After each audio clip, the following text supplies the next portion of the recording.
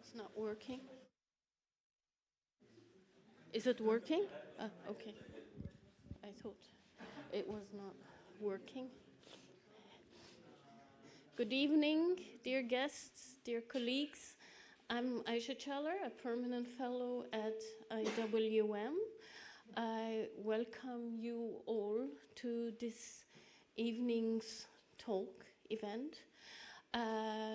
We have our distinguished speaker, Volodymyr Kulyk, who is also a fellow at IWM. And the title of the talk, I think, speaks for itself.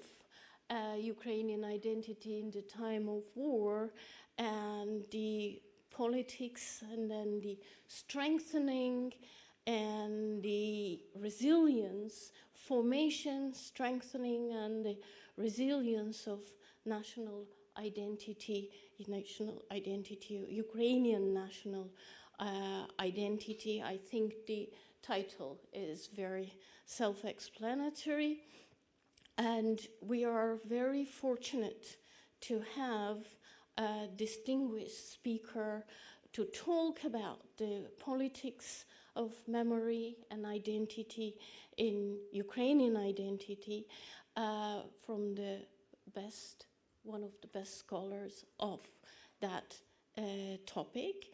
I will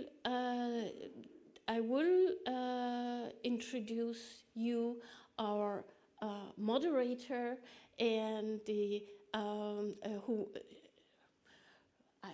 I should not say it wrongly, Mariia Shynkarenko, who is a research associate IWM.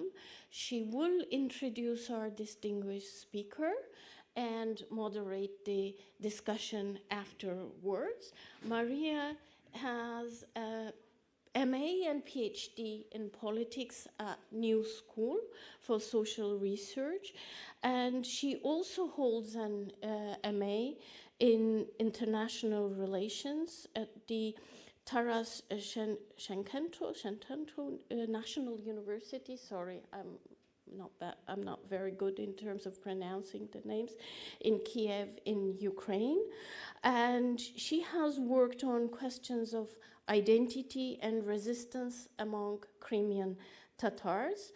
Her work addresses the indigenous identity frames and activism with extensive ethnographic research in Melitopol, Kherson, and occupied Crimea, among other sites in Ukraine. I think we are in very good hands for a very important and relevant topic for this evening. I will just give the floor to Mariia to introduce our speaker. Thank you very much. Welcome. Thank you. Thank you so much, Ayşe. Thank you so much, Ayşe, and welcome everyone. Good evening. Welcome to our monthly lecture. Today, I would like to introduce our guest, Volodymyr Kulyk, who is the head research fellow at the Institute of Political and Ethnic Studies at the National Academy of Sciences of Ukraine. Dr. Kulyk's research focus includes the politics of language, memory, and identity, as well as political and media discourse in contemporary Ukraine, on which he widely published in Ukrainian and Western Journal. Dr. Kulyk taught at Columbia, Stanford, Yale Universities, at Kyiv-Mohyla Academy, and Ukrainian Catholic University. Dr. Kulyk was EVM Fellow 3 times. All 3 times were extraordinary times. Back in 2020, he was here with us during the pandemic, finishing his latest book, Мовна політика в багатомовних країнах, in English Language Policies in Multilingual Countries, Foreign Experiences and its Relevance to Ukraine, which was published in 2021. Later, he was a non-resident fellow in 2022 when the war broke out in Ukraine. And now he is finally with us, overcoming the restrictions to leave the country, And it is such a great honor to have him talk about his latest research on the impact of war on Ukrainian national identity. So I'd like to welcome Volodymyr, and the floor is yours. Thank you. Thank you, Maria. Thank you, Ayşe. It's great to be here. During the pandemic, I came here every day almost to look at this extraordinary library, but it was empty. I could pick up some books, and I even occasionally read them here for a couple of minutes or maybe half an hour. But then we were not even, half of the time we were not even allowed to eat lunch in the cafeteria because of the pandemic restrictions. Yeah, so I'm happy to be able to be here and talk here in person. I'm sitting in that wonderful chair, but mostly I will be standing to see you better and to see my slides better. So as Ayşe mentioned, this is an important topic at all times, but now especially. Yeah. So I will this way. So I will argue that national identity is one important source of the extraordinary resilience that Ukrainian society demonstrated in response to the Russian full-blown invasion in since February 22. We saw, this is a picture, I don't know how exactly I use a pointer, but you see, there is one picture, so you see what picture I'm talking about. This is a picture of a rally in Kyiv a couple of days before full-blown invasions. So Ukrainians announced their readiness to resist. I don't know how many people in the world believe them, and how many people imagine what this resistance will be like. Because of course everybody knew that Russia was mighty and Ukraine was weak. Yeah, many people believed Ukraine was divided. Ukrainian state was corrupt. Ukrainians did not trust their state. So how can such a society and such a state offer such a strong resistance? Yeah. So we saw strong resistance to occupiers in the territories which came quickly under Russian occupation in the first weeks of war in the east and south of the country, and initially even in the north. Extraordinary support for the army. Many people joined the army. Very many people supported the army financially or in various ways, collaborating with the army.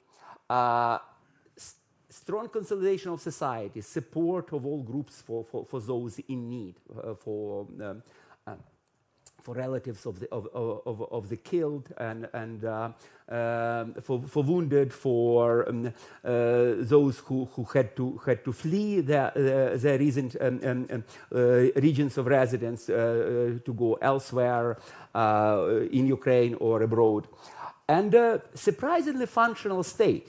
Even as the front line ran mere 10 kilometers from my building in Kyiv, shops were working, banking system was functional, I could pay with my card. Public transportation was limited but running. So all services, we use the internet, we paid for the utilities, and we were especially proud to pay on time, and so on. The state was working, even though many expected it to collapse almost immediately. Yeah. So national identity has a lot to do with this. So I will now take a step back and talk a bit about national identity as a concept, and then come back to discussing national identity as an important source of societal resilience and Ukraine's success in withholding and fighting back. So national identity is self-perception in terms of nation, in terms of belonging to a particular nation. So it is a phenomenon which is considered on both individual and societal level, so at collective level. So on the one hand, it's individual's perception of belonging to one particular nation. On the other hand, it's nation self-perception of being distant, being many say unique, yeah. So not like maybe similar to some, but unlike others, and often unlike neighboring nations, and unlike those nations which are considered enemy nations, like in Ukraine. Of course, everybody will tell you we are very different from Russians. Who would doubt that? Yeah. So national identity is this perception of belonging, a perception of distinction, is produced and reproduced by state and non-state institutions, actors, and their discourses. Yeah, so people are taught about nation at school, in the church, by state bureaucracy, in the army, and so on and so on. Identity as a concept in social science is often perceived as a variable having several dimensions. And these dimensions I will deal with in my analysis. So these dimensions are salient, so relative importance of national identity, of any identity versus other identities a person has. Because I am a Ukrainian, but I am also a scholar, I am also a man, and I'm also a father, and so on. Yeah, so I have different identities, not all of which are equally important to me, and not all of which are equally important at all times. Yeah, so there is a situational salience of a certain identity, and also a general kind of cross-situational salience. Yeah. So what matters to me most? Yeah. What defines me? What is most important for who I am and how I behave and how I am different from others? So then there is the content of identity. What it means to be Ukrainian, or what it means to be a father, or what it means to be a scholar. Yeah, so, and this meaning is actually what's particularly important, particularly interesting about identity, because of course you can say, I am a Ukrainian, but so what? What exactly does that mean? Yeah, so it is. So these dimensions are relevant not only for national identity, for any identity, but I will consider them in relation to national identity. And then there is contestation, the disagreement between perceived member of a given collectivity, such as a nation, about what it means to be a member of this nation. So the stronger the disagreement, we can say the weaker identity is, yeah, on a collective level. The stronger the agreement, the stronger the identity is. So I will discuss the impact of the war on these three dimensions. But before I proceed to that, I'd like to mention that the content on national identity includes both ethnocultural and civic elements. Often, national identity is perceived dichotomically as either civic or ethnic. I believe this is a simplification, so there are no pure types in reality. So all identities are both civic and ethnic or ethnocultural. So I consider these elements in the content, and they can be stronger or weaker.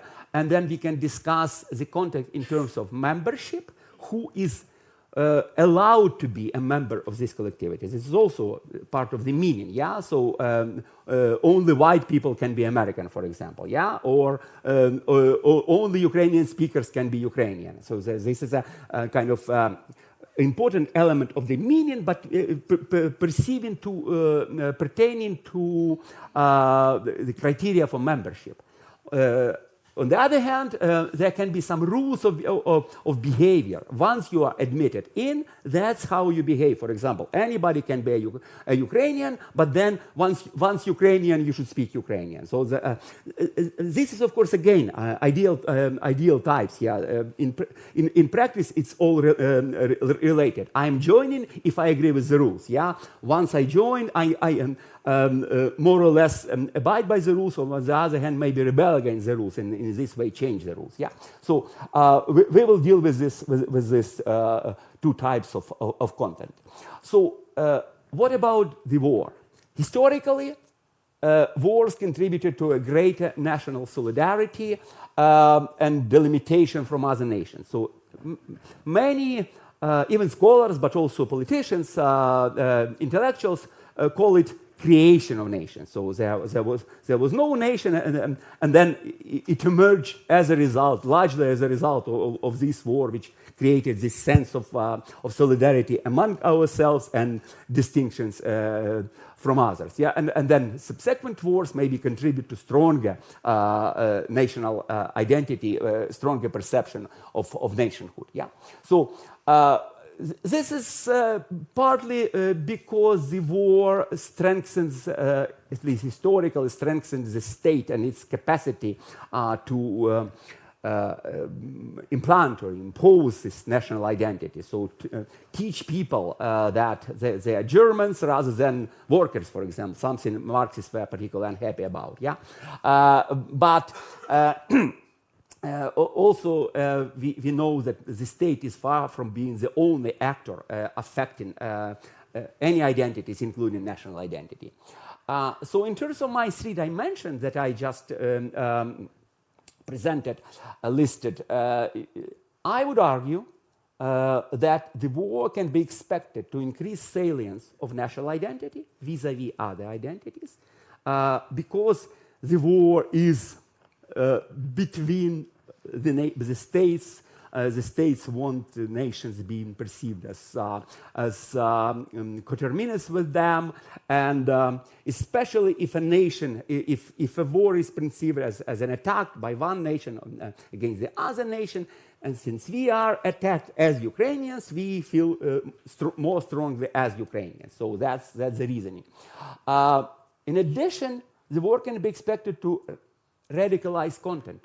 So the meaning of being Ukrainian, for example, can be expected to radicalize in terms of distinctions from Russian or even hostility toward Russians. Yeah, then insisting on certain elements of content which are unique, which are supposedly definitive for our identity, and since a large majority of the nation, members of all groups, are expected to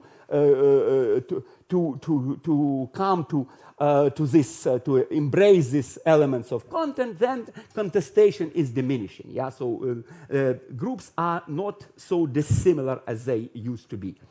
So let's see how it works in Ukraine. But before that, I'll discuss data, how we study changes in identity, in particular national identity. So there are quantitative data and qualitative data. So quantitative data are surveys. We can study changes in salience, content, and contestation. For that, I rely on nationwide surveys, mostly surveys. I have my own data I commissioned from the Kyiv International Institute of Sociology over the years of the last decade. For the last decade, starting with 2012 and the last one in December 2022. Also, I will include some published survey data after February 22 for those questions I didn't ask myself. I will mention what is mine and what is published data. In addition, I will rely on qualitative data. Qualitative data can reveal nuances of perception of identity, certain aspects of identity, reasons, motivations for changing or not changing. Yeah, so we can expect change, but we can find there is no change, and so we are wondering why. And qualitative data such as focus groups or interviews or online questionnaires could give you this nuance, this detail. But also important is language. How people say this, how people think about this, yeah, what categories they use, what metaphors they use, and so on. I will not have time for all of this in my talk, but I will mention some of that. So I rely on focus group discussions conducted in 3 Ukrainian cities: Kyiv as a capital, Kharkiv, megapolis in the east, and Chernivtsi, a regional center in the southwest. Chernivtsi is particularly important or interesting in this audience, for this audience, maybe because it was historically part of the Habsburg Empire. So it was in the part of Austrian part of the Habsburg Empire until the First World War. Yeah. So I have this conducted this focus group discussion both in 2015 and 2022, and in this way, having survey data for the whole decade and having focus group data at 2 points in time, I can also compare the impact of this war with that of the limited war, regional limited war, which started in 2014 after Russian annexation of Crimea and the instigation of the conflict in the Donbass. So, since we will be looking at the survey figures, at numbers, one thing I should mention, which is very important, there are some problems with survey data at the time of war. First, sampling irregularities. So, because of such large displacement of people, surveys become a bit less reliable. So, margin of error increases. So, as a rule of thumb, I will tell you the Kyiv International Institute of Sociology is one of the most reliable, reputed poll companies in Ukraine. Lots of international scholars have been working with it. So they are doing their best to ensure that their sample are as reliable as possible, but they warn you that in addition to their regular error of roughly 3.3% over the years, there is an additional margin which they cannot definitely measure. So, but as a rule of thumb, I would suggest if you look at changes over between the last survey before 22 is 2017. If you look at the difference between 2017 and 22, a change over 10% is statistically significant. Below that, maybe so, maybe not. But for earlier surveys, 3.3% is your margin of error. Yeah, and also there is unavoidable factor of social disability bias. So, simply speaking, people do not always say what they believe to be true, but they also say what they believe is appropriate. Is the right thing to believe, is the right thing to say. Yeah?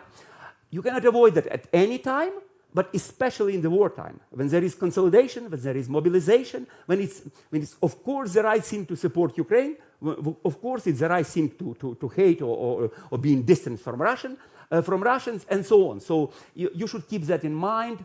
You cannot avoid that, but then again, qualitative data give you some nuance, how they say about it. And is there any disagreement within these focus groups? Does anybody at all say something different than, yes, I hate Russian, yes, I'm ready to die for Ukraine, and so on? So let's look at this now.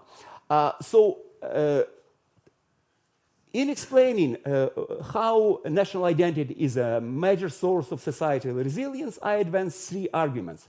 First, Ukrainians increasingly identify in national terms, meaning as Ukrainian citizens / Ukrainians, and we will not always be able to differentiate between civic and ethnocultural perception of Ukrainians. As I mentioned, there are different elements, rather than ethnic and or linguistic identification. Yeah, so not as a Ukrainian speaker, or not as ethnic Ukrainian or ethnic Russian, but as Ukrainian in this general composite sense, partly civic, partly ethnocultural. Then civic attachment is combined with ethnocultural sentiment, and as I argued, ethnocultural sentiment becomes more radical than before the war. And the final point, regional differences become less pronounced. So unlike the widespread argument that Ukraine is heavily divided between East and West, West in the center versus East in the South, Ukraine, I'm arguing, is diverse but not divided, and now less divided than ever. So let me provide you some data supporting these 3 arguments. So I will start with the results of a survey in April 2021 before the large-scale invasion. So my main point here is that Ukrainian identity already before the war was much more salient than any other identities Ukrainians have. So here the question was for respondents to indicate no more than 3 characteristics out of the list of 20 which they consider best describing them. Yeah? So on the left you see the list, the top part of the list for the sample as a whole. On the right for the Russian-speaking part of the sample. So for those respondents who indicated their main language of everyday life is Russian, we could expect major differences between these priorities of identities, yeah, hierarchy of identities. So you see in both cases, Ukrainian identity is the most salient identity, was even before the war. For the sample as a whole, you see a huge gap between Ukrainian identity and all others. Yeah, so gender, I'm kind of ideological or whatever, religious, social, and as here linguistic. Russian speakers and ethnic Russians didn't make it even to the top part of the list. So it's below 10%. For Russian speakers, obviously, Russian-speaking identity is more salient than for the sample as a whole, but rather remarkably, it is not the most salient for them. So yes, many of them identify as Russian speakers, but many more identify as Ukrainians. So being Ukrainian matters more to them than being Ukrainian speakers. They argue that it describes them better, yeah, than being Russian speakers. Yeah. So Russian speaking identity is on a par with Orthodox and gender and identity as a pensioner. Don't worry about pensioner. I mean, this is just widespread identity. It's a large group in society, and for pensioners, their identity as pensioners matters more than for workers, their identity as workers, and maybe for scholars than the identity of scholars. Not to mention that there are many fewer scholars than pensioners in any countries, including Ukraine. Now let's move to a diachronic change in identity, but this is a different question. This is a question about primary identification out of territorial-based identification, not just any identity, so local, religion, national, ideological, linguistic, and so on, as in the previous slide here. It is a list of identities starting with local, ending with global. Yeah, so local, regional, national, post-Soviet, European, and global. Not necessarily in that order listed in the list. There are two. The order was very different. So it's not like Ukrainian identity was listed first, and that's why everybody, of course, mentioned it. No, it was far hidden in the middle. Yeah. So we see the difference in the salience of Ukrainian identity. Here, not just Ukrainian, but Ukrainian citizen of Ukraine. So civic Ukrainian identity. So the percentage of respondents who indicated Ukrainian civic identity as the most salient of territorially based identities. Yeah. So over the years, we see a steady increase in the salient of Ukrainian civic identity with several peaks corresponding to social upheavals. So 2006, you see an increase due to the Orange Revolution. 2014 due to Euromaidan and Russian aggression in Crimea and the Donbass, and most strikingly in 2022 due to the full-blown invasion. Yeah, so you see that in response to perceived threats to their identity, it becomes more salient, but also in response to, as a result of the experience of social solidarity and social agency. Yeah. Such as Orange Revolution, because 2014 increase is a result of both Euromaidan and Russian aggression. 2006 is just the revolution. So you see effect not only of an external threat but also of internal consolidation and mobilization. Let me illustrate this with two quotes from focus group discussions. One is from 2015 and one from 2022. Both pertain to the pride at being Ukrainian. Yeah, so people explain why they are proud, why these experiences. In the first case, Euromaidan. In the second case, both Euromaidan, also called the Revolution of Dignity, and the resistance to Russian occupation. Why they make them proud? How they are happy of being known, of Ukrainians being known in the world, not just as some weak people, but as a freedom-loving people. Yeah, and how in 2022. It was like nobody believed in us or gave us any chance to withstand, yeah? And the reason tell us to surrender, to submit, but no. Freedom above all. Freedom was mentioned in one of the distinguished features of Ukrainians in response to the moderator's question in focus group discussion. So Ukrainians are those loving freedom, Ukrainians are those fighting for freedom, and revolution of dignity and the resistance to the occupation, to the aggression is a vivid manifestation of that, and people were proud of that. So let's come now to the content. As I mentioned, content of identity is the meaning of being Ukrainian, consists of both civic and ethnocultural elements. So let's start with civic. These are not my data, various data published of surveys conducted in 2022 after, starting with early March, maybe the first 6 months of Russian after Russian invasion. So a couple of indications how strong civic attachment is, or how strong it has become, and why it is civic. More than 90% agree with inclusive definition of Ukrainians. So they agree that Ukrainian nation consists of everybody, either of everybody living in Ukraine or of everybody who wants to be Ukrainian, who wants to belong. Okay? Nobody is forced to belong to Ukrainians, but if you wish, you are in. Yeah? So 82% are extremely proud of being Ukrainian citizens, and it's a huge change from, I believe, 58 just a year before. More than 90% in all surveys consistently confident of Ukraine's victory in the war, which is again manifestation of strong civic attachment. And also a very large part of the population reports making some contributions to this victory. Yeah, either making donations, 60%, or 30% volunteering in various ways to help the army and to help groups in need. Let's move now to this more ethnocultural content. And why I call them ethnocultural started with negative attitudes toward Russia. Russia, of course, is a different entity, so it's a different, both ethnocultural and civic group, yeah, the peoples of citizens of a different country. But traditionally, anti-Russian sentiment was considered part of ethnocultural Ukrainian identity. And so now it is increasingly embraced by people of all backgrounds, of all languages.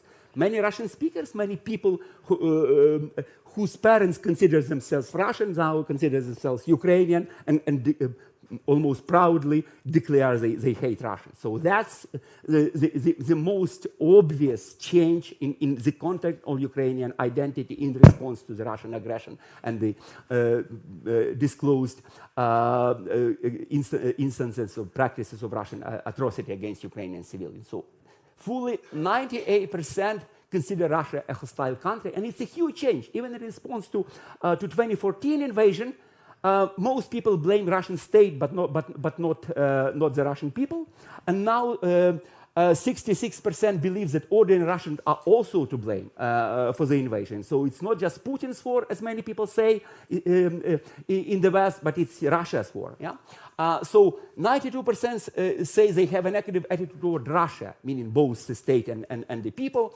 And less than 10% say a reconciliation is possible within 15 years. Some give it like 30 years, some give it 50 years, but I believe roughly a third of the sample say there will be no reconciliation ever. Of course, they may change their mind in a couple of decades, but that's their sentiment now. So this is the attitude as demonstrating the change from 2015 to 22.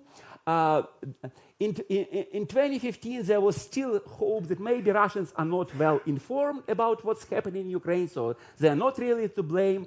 And some would say, yes, they are to blame, but only for following their leader obediently like sheep. Yeah, so not protesting, not informing themselves about what's happening in Ukraine.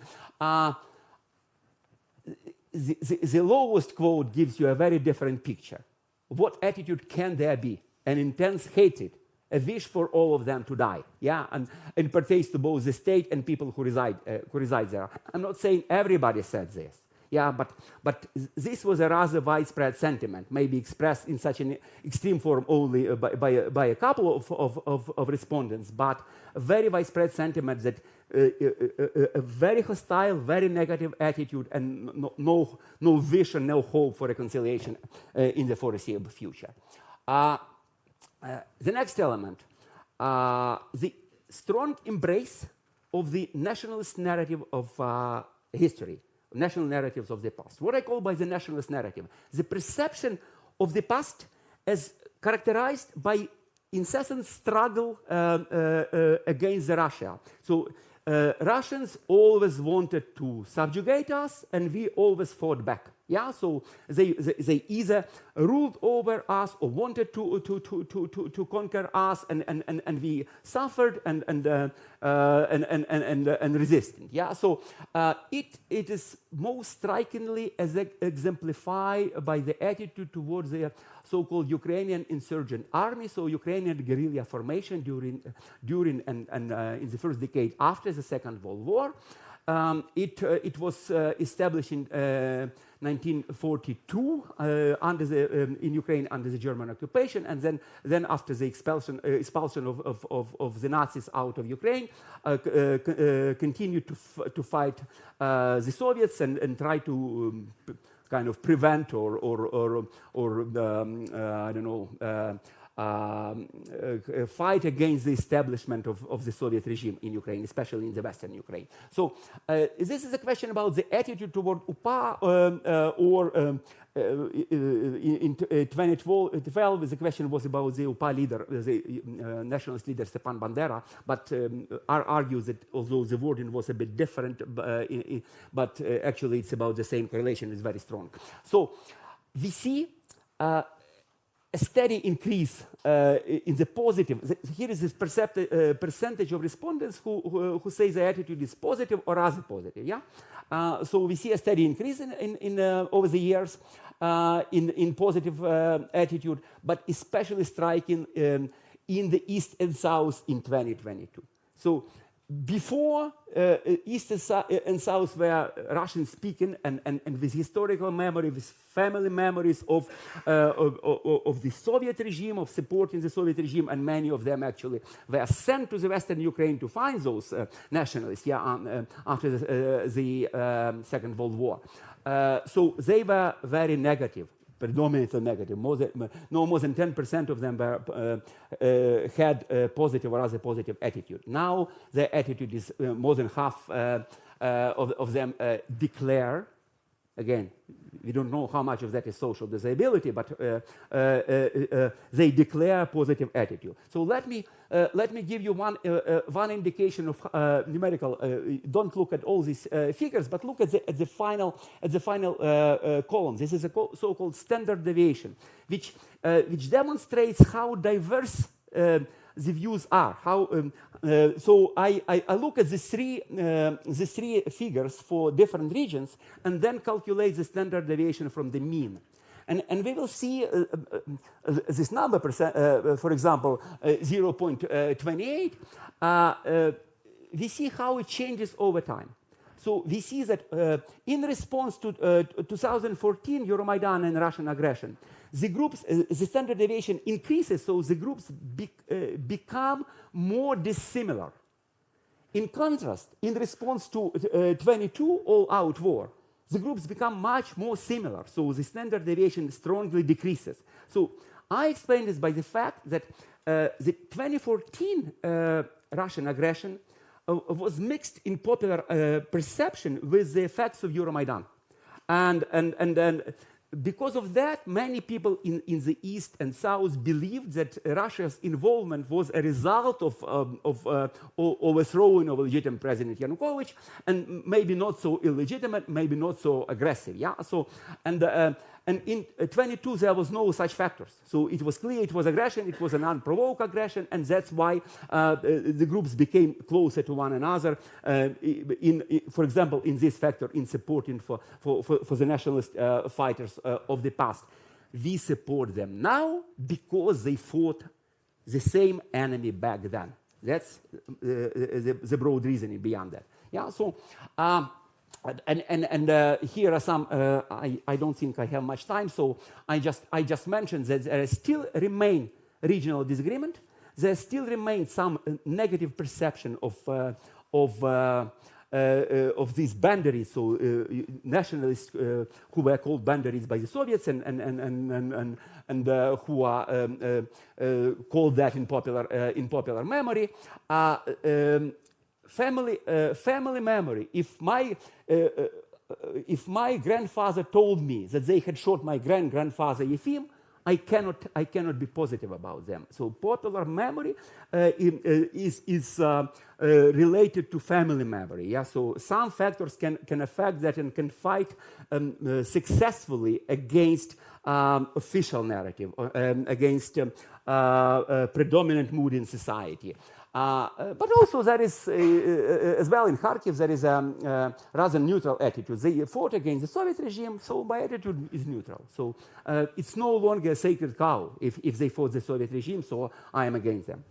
And the final dimension I want to mention, final aspect of the content I want to mention is the attitude towards the Ukrainian language. So one effect of the war is the predominant support, overwhelming support for the predominance of Ukrainian language in all social domains. As you may know, Ukraine is an effectively bilingual country, having Ukrainian as the only official language, but Russian is widely spoken, and in the eastern and southern region it predominates. And the question is, do we want to change that, or do we want to live with that? Yeah, and many people historically said Ukraine should be a bilingual country, and others said no. It's the legacy of the Soviet Empire. It needs to be changed. Ukraine needs to become a national state with a clear predominance of the titular language, of the majority language. So here the question was, what do you consider the language? What do you believe the language situation in Ukraine should be in the future, without specifying what kind of future, 10 years or 100 years in the future? So the choice was between the predominance of Ukrainian in all domains, predominance of Russian in all domains, and bilingualism. So very few people wanted the Russian to be predominant, so the main choice is between predominance of Ukrainian and bilingualism. And we see a steady increase of the support for the predominance of Ukrainians. So Ukrainians, regardless of the fact that many of them still speak Russian and maybe want to continue speaking Russian, want Ukrainian to become the main language of all social domains. Again, the change is particularly impressive in 2022. That's a result of the war. So I will not bore you with this with this standard deviation again, but let me show you a difference between 2015 groups and 2022. In 2015, there was a sense that there should be a limit on the imposition of Ukrainian. There is, one person says there is enough of Ukrainian already. If a person wants to speak Russian, he will speak Russian even if you cut his tongue. Yeah. So this sentiment is much less heard now. The predominant sentiment is, after this aggression of our neighbors, every person who can think will begin to change. Yeah. Of course, one thing is to say I will change. The other thing is to really change. Language practice is very inertial and resilient, but that's the predominant mood in society. So to conclude, we've seen several factors, several kind of dimensions of the impact of the war on identity. The greatest salience of national identity vis-a-vis other attachments people have. and change in the meaning of identifying as Ukrainian. So greater distance from or hostility to Russia, positive attitude toward nationalists, past and present, stronger attachment to the Ukrainian language and wish for predominance in society. And as a result, less prominent contestation of national identity as demonstrated by smaller regional differences.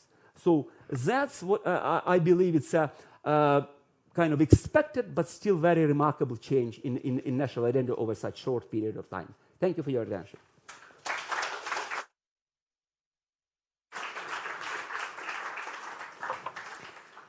Thank you so much, Volodymyr, for a wonderful presentation. I'm sure we all have a lot of follow-up questions and comments, and I will use the privilege of being a moderator and will ask you a few questions myself before I turn to the audience. So I guess I will start with the kind of a general question about the this dichotomy of the civil versus ethnic identity, and I really like how you're kind of trying to disrupt this tendency to categorize them separately as if, and it just so happened that it's usually in the literature nationalities, civic identity is usually prescribed to the Western nations and ethnic identity to the Eastern. And then there are all these consequences of such categorization, but you are actually showing that it is possible to combine the two.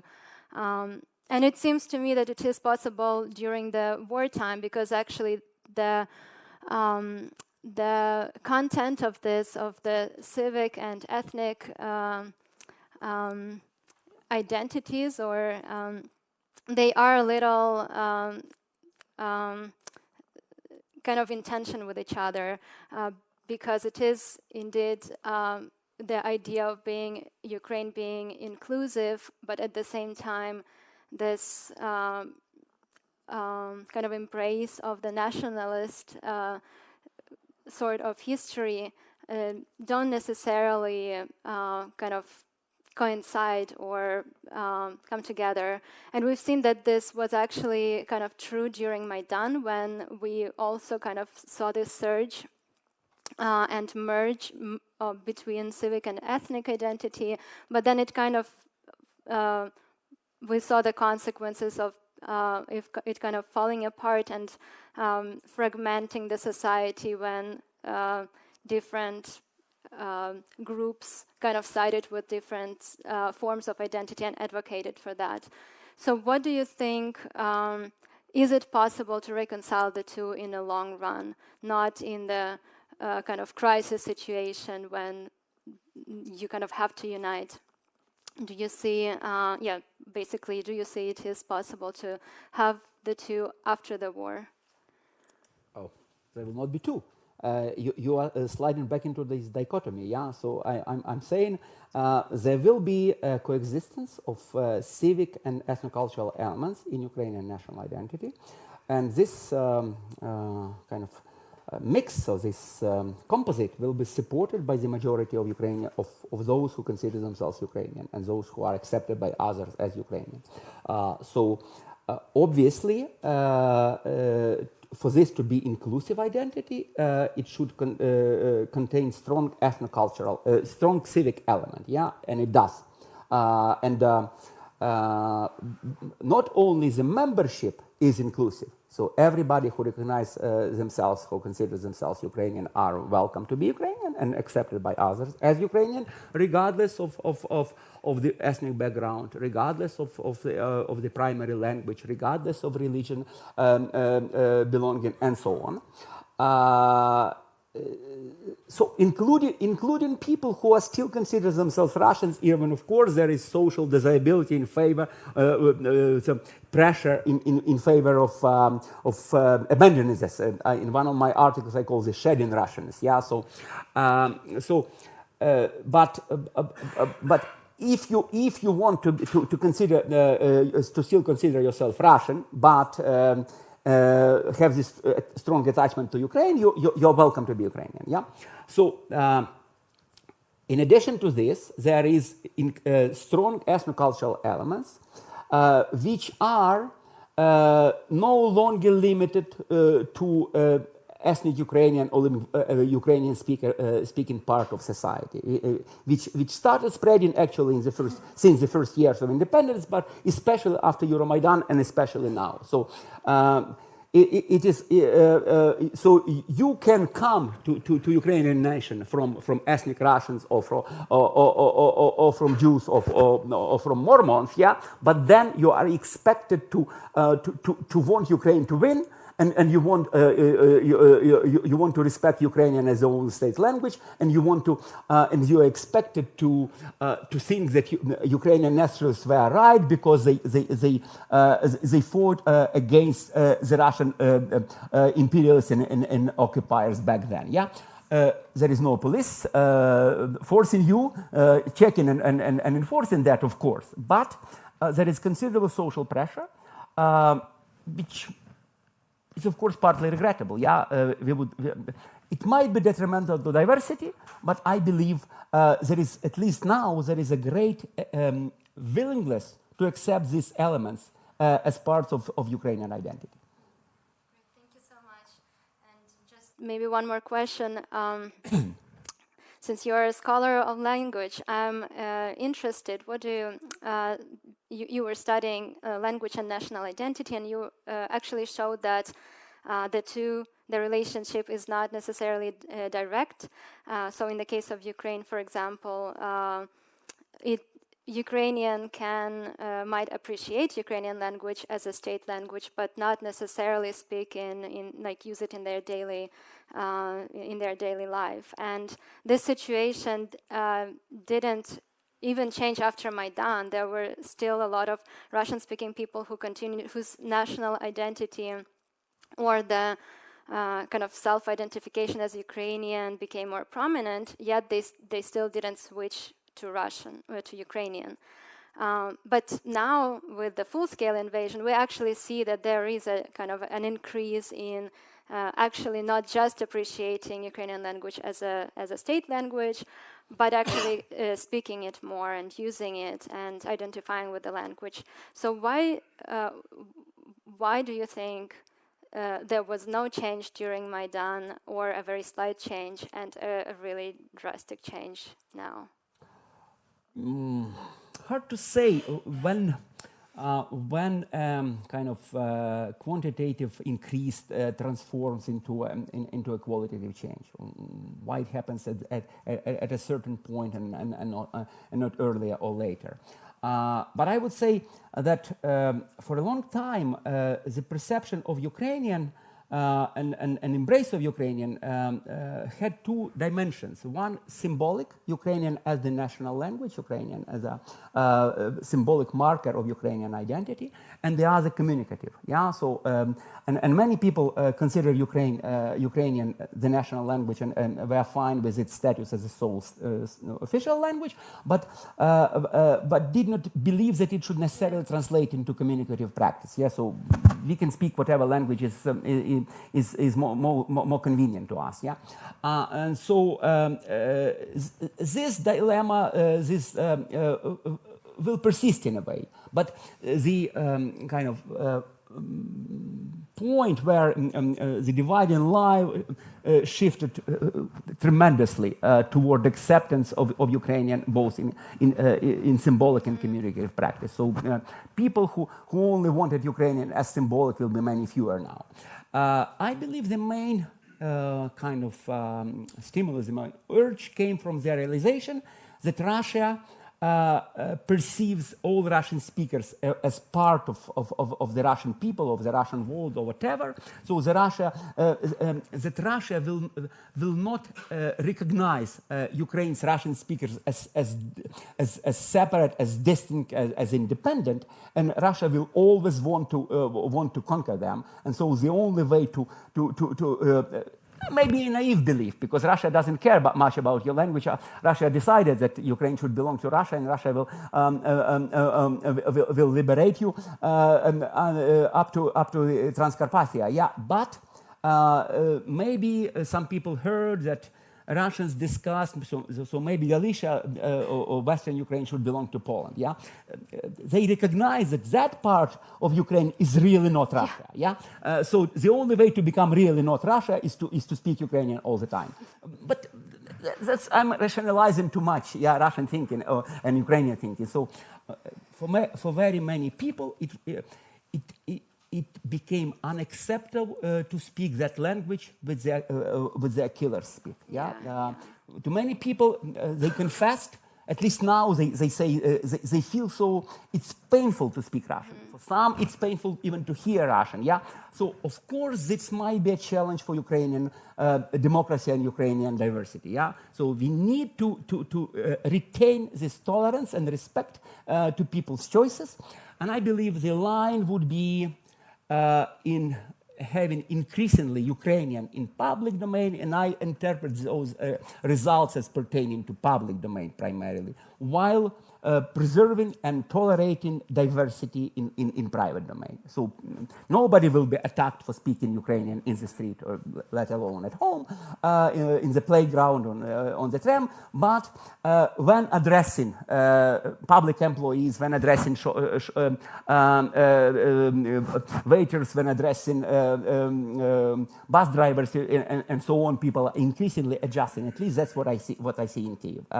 And it was facilitated a lot by the language law adopted 3 years before the Russian full-scale invasion in 2019, and some of its provisions took effect just a couple of months before the large-scale invasion.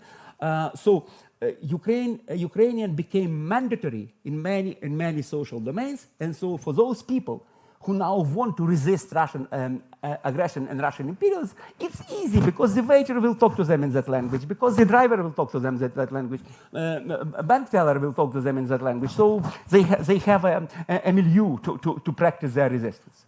Yeah, great. Thank you so much. Let's open the floor to the audience. I think you just raise your hand, and there is a microphone here. Thank you very much indeed.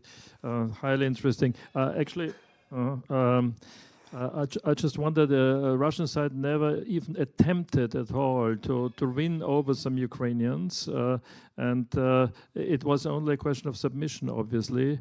And it's interesting, this experience probably also of Ukrainians who had been under Russian rule for a time, like in Kherson area. They have very bad experiences, it seems. And on the other hand, the only activity from Russian side was once now with Putin when he was in Mariupol, but that looked like a rather Potemkin village with talking to a few people, whereas when Zelensky came to Kherson, they felt liberated. Maybe it was not even Putin. Yeah. We don't know. Maybe it was, it was of the... Yeah. Okay, so the question is, how... was the idea of Russia to win over, actually? Not at all. It's just submission. That's all. Is it a question? It's a question. The answer is easy, probably. No, I don't know about Russia. I do not study Russia, and I hate Russia, but also I often puzzled by Russia. So I don't know what Putin wants. I don't know what Russians want. So how they can still believe that Ukrainians are their brothers and they need to be killed because of that, and so on. So I cannot answer your question about Russia. Misha? Thank you, Volodymyr. This was really fascinating, and I'm wondering about a few things that are probably not in the data that you presented, but that maybe you can tell us more about. So, first of all, have there been systematic attempts to stress the differences between the Russian that's spoken in Ukraine versus the Russian that's spoken in Russia? And I come across this quite a lot anecdotally, that people start saying, well, we can immediately recognize a Russian speaker from Russia because their accent is slightly different, etc. Is this something that you can see in any sort of systematic study? Secondly, are there any surveys of this kind that have been done among Ukrainians who have recently had to leave Ukraine? I know that some people have done these kinds of surveys on other topics, and I'm wondering whether there is any sort of quantitative evidence also taking into account, recent refugees and whether there are any significant differences. And the third question is maybe for both of you, because Mariia, you work on Tatars. Can you say anything about people, Ukrainians who speak languages other than Russian? So Hungarian, Tatar, Bulgarian, Greek.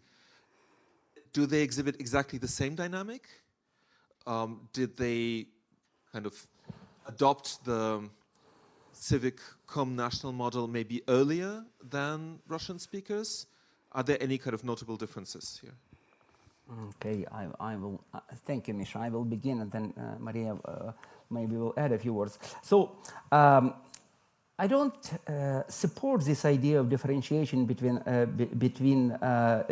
Russian in Ukraine and Russian in Russia, because to me this is a way of perpetuating prevalence of Russian in Ukraine, and I want it gone. Yeah.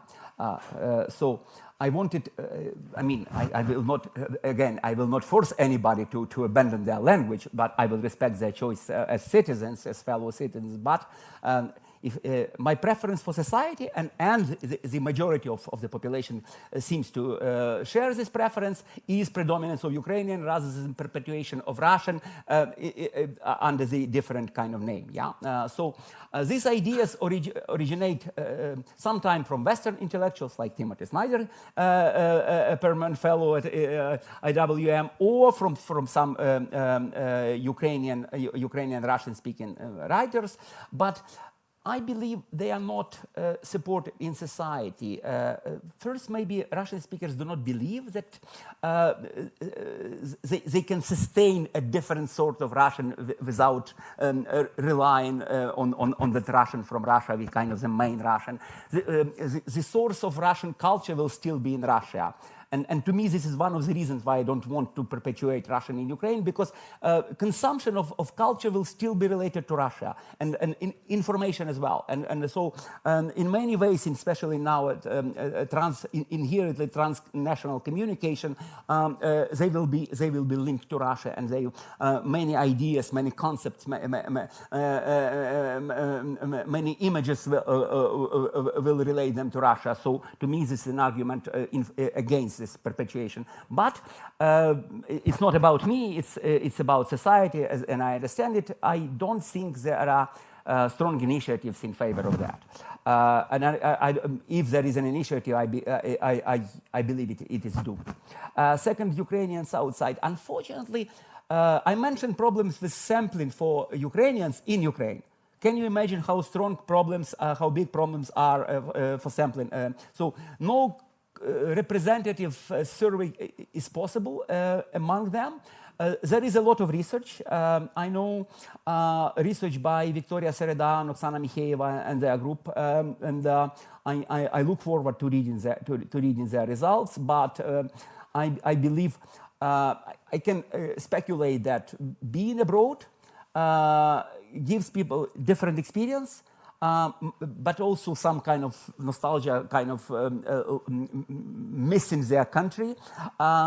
Some of them report, one of the focus groups included people from Kharkiv who fled Kharkiv, who were part of them in other parts of Ukraine and parts of them abroad. And a few of them mentioned a pressure toward speaking Ukrainian, so including in the West. Some resented it. And some said that's understandable. They want to see us as Ukrainians rather than as Russians. Yeah, and so this factor might push people to embrace more Ukrainian. But on the other hand, of course, they would need to care more about acquiring the languages of the respective countries rather than acquiring Ukrainian. So there will be a kind of conflicting pools. And finally, languages other than Ukrainian and Russian. Misha, the sample is 2000, and the sample doesn't allow it. I'm not talking about your specific Yeah. And almost any survey in Ukraine has this standard sample. Very few samples. There were some samples, a few, which were representative not of the entire population, but of certain ethnic groups. I remember one in '98, maybe not later. Some were very large sample of 6,000 in this project, Swiss, Austrian, German project, region, nation, and beyond. But I don't exactly remember the analysis by ethnicity. They more focused on separate land oblasts in Ukraine rather than separate. Maybe I should look more carefully. But of course there are differences between ethnic groups. Of course, Crimean Tatars are different in their attitude suffering under the Russian occupation than Hungarians, who are very strongly oriented toward what Orban is saying them. Yeah, so telling them. So there are differences, but I believe there is this pool. So all groups become more Ukrainian oriented. All groups become develop strong civic attachment. But for some of them, the ethnocultural identity distinction is stronger than for others. Of course, Hungarians are different than Poles, for example. Yeah, so that's a different topic altogether. I'll just add, but briefly, I can't speak about other ethnic minorities, but about Crimean Tatars, it's actually interesting because the language use is very different, whether they are in Crimea or in mainland Ukraine, and it also so, for example, mostly in mainland Ukraine, Crimean Tatars who moved before or after the annexation, they actually use a lot of Ukrainian because this is the way for them to show their loyalty to the Ukrainian state. And in Crimea, a lot of Crimean Tatars use Crimean Tatar language in communication because using that language, the Russian authorities won't understand them. So they're using it as kind of a way a way of communication, so that the Russians won't understand, and as a way of resistance because the Crimean Tatar culture and identity are being under a great threat of erasure. So yeah, but any more questions? Yes, Lucy. Thank you very much. That was really, really interesting presentation, Volodymyr, and the figures were really interesting, the graphs and stuff. I'm really interested in the role that religion plays in national identity. As you know, I'm writing about the Russian Orthodox Church, and I'm wondering to what extent the Tomos that came in 2019 enhanced this sense of Ukrainian togetherness, coherence, and what you think about the situation for some people who find themselves, in a church with a priest that they like, but that priest is sort of still under the authority of Patriarch Kirill. I mean, although officially in May they said they'd broken, but it's quite a big dilemma for millions of Ukrainians, and I want to know how you think that plays on their identity. Thanks a lot. Thank you. Obviously, religion is an important part of Ukrainian identity, but I would argue not the kind of the key part. Partly because Orthodoxy, as you know, was divided between four different churches, for different denominations. Now we have only two, but I mean, you can say three if you count Greek Catholic as Orthodox, because they are Orthodox in ritual. Some churches were pronouncedly Ukraine-oriented. We could say even nationalist, but there was not just one divide between Moscow subordinated church and independent church, because there is also a Roman Catholic church. There are a lot of Protestant denominations and so on. So it's a religious plurality very unique to Europe. It's more like, religious scholars say, it's more like in the US, this market of denominations of confessions than anywhere in Europe. Definitely the position of the Russian Orthodox Church, they call Ukrainian Orthodox Church, and the state tried to impose on them a different name, unsuccessfully and unjustly, I believe. But What I'm saying is their position weakened as a result even of 2014 aggression, and especially now. The failure on their part to resolutely and unequivocally distance themselves from Moscow, from Moscow Church, is detrimental to them. And many people abandoned the parishes, or the parish abandoned the church. For a number of years, the main obstacle and there is a big discrepancy between what parishes say. Yeah, number of parishes is still the largest within the Russian subordinated church, but if you ask people in surveys what church they belong to, there are many more people who say Ukrainian church than Russian church. Yeah, so there is this discrepancy between support, kind of abstract support for a particular denomination, and participation in a parish. But then again, parishes can be large or small, and can be just the priest's insistence, as you mentioned, on the link with Russia, with the Russian church, rather than the parishes. Kind of devotion to that and preference for that. So the main obstacle for a number of years was this uncanonical status of the Ukrainian church, and it was overcome in 2019 with the Thomas. So there is no more reason not to switch to the Ukrainian church if you are Ukrainian and if you support canonical status of the church. So now the main reason is inertia or kind of anti-Ukrainian sentiment, still attachment to Russia. Yeah, and so of course the attachment to Russia became much weaker as a result of this large-scale war.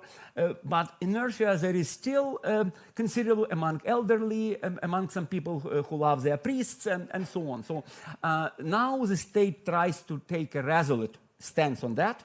They try to force actually the Russian subordinated church either to finally clearly abandoned the Russian patriarchy, or to kind of become marginal. We'll see what happens in the next couple of months. Great. Thank you. Many countries or nations are writing their own narrative about their history. Do you expect something similar in Ukraine, or are the values diversity, freedom, or what is it? Did I get it right, my question? So what is the narrative of the, let's say, Ukrainian identity? There is not one narrative. I believe in all societies there is a competition. Of course, you can say not all narratives are equal. Yeah, there is one promoted by the state or promoted by the governments who compete with each other. One party comes and promotes this narrative, and the other. Look at Poland, for example. Yeah, but.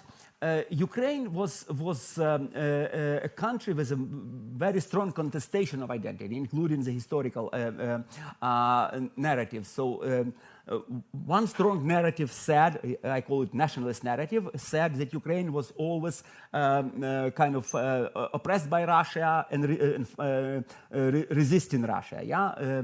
The other said Ukrainian people and Russian people were always common and live peacefully ever after. Yeah, and these narratives were manifested in all domains. I analyze in one article how they were manifested in different popular newspapers. There is analysis how they were manifested in political speeches. Yeah, in parliament. So in many, and there is of course a survey data on people who support this view or that one. I will give you one indication.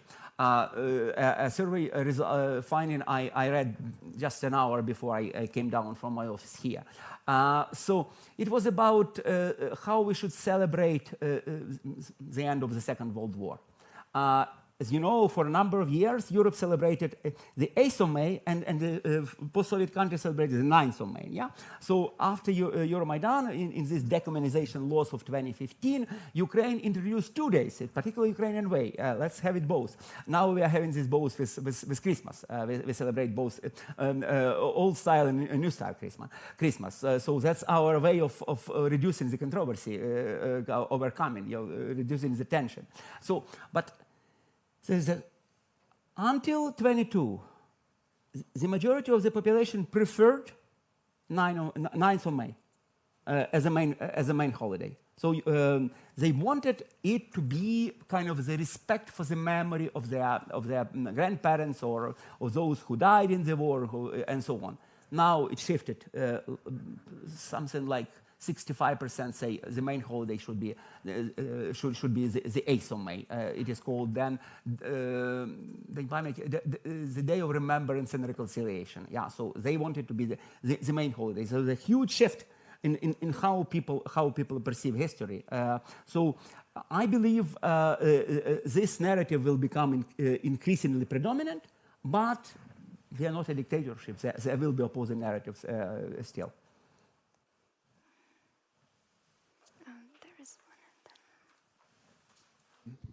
Thanks, Volodymyr, for the talk. I just had a question. Have you thought about refining your key term more? Because I'm just wondering, in terms of the general story, right? Like, it's widely acknowledged that war will increase the salience of national identity, possibly reduce contestation. And I'm just wondering, because I think it matters the type of war in this case, right? That it's an invasion, it's widely seen as unjustified. And it might help with some of the explanatory ability of your thesis, because like I think about Vietnam and Iraq and Afghanistan, like I'm not sure that increased salience. It certainly increased contestation, and if it increased salience, it's kind of a negative kind. So I'm just wondering, like, in terms of how you frame it, have you thought about that a little bit? Oh, thank you. I haven't really thought about it like that, but you're right. I mentioned actually that there is a difference between the impact of the 2014 war and 2022 war, yeah? Because the 2014 war was perceived differently in different parts of Ukrainian society. There was not unanimous or overwhelming perception of it as a foreign aggression, yeah? So, and my focus group data show that some people in Kharkiv said, what aggression are you talking about? What does Russia have to do with it? And so on. They were a minority, but a vocal minority. And because of this interference between Euromaidan and the subsequent intervention of Russia, some believe that the main reason is the overthrow of Yanukovych rather than Russian annexation or Russian instigation of the conflict. And many people believed that the Donbass conflict was a civil war, civil protests against the illegitimate government in Kyiv rather than Russian incursion and so on. So definitely this war is in this way I could say helped by the fact that it's a clear foreign aggression and widely perceived as unprovoked aggression. Yeah, so Ukrainians didn't do anything. Yeah, of course, Russians say Ukrainians wanted to join NATO, and that was a mortal sin. Yeah, but Ukrainians know better. They know that they just wanted to be left alone. Yeah, and so, but historically, any war had a strong impact on national identity, not least because the state had the capacity to teach its citizens about the meaning of the war.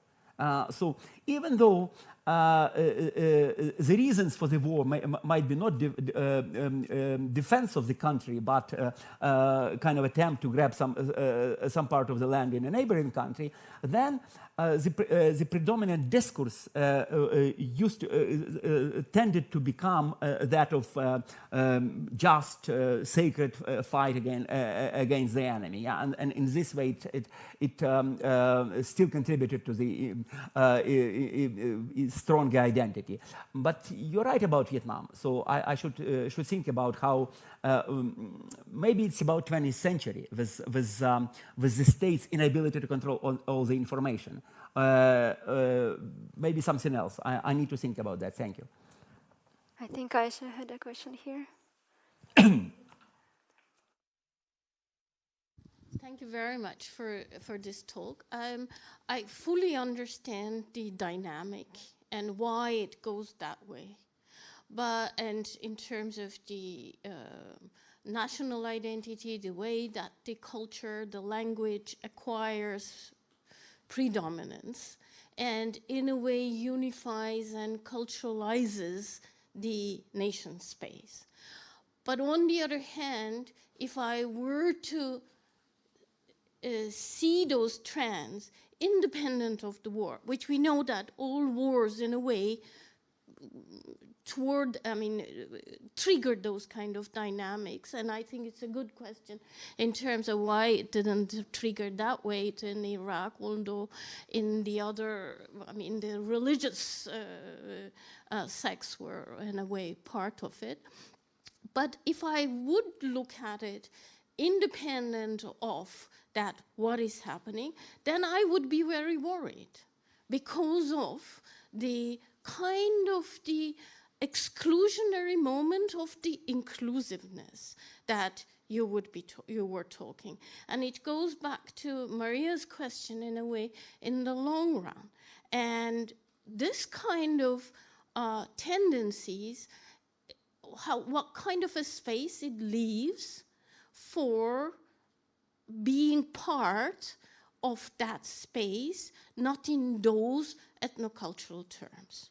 So the tension between that you want to bring that the civic and then the ethnocultural, not a contestation and together, but would it, what makes you trust that it will continue that way and that there would not be that kind of an exclusionary moment that you could only be part of that space under the terms, particular terms dictated in a way to you.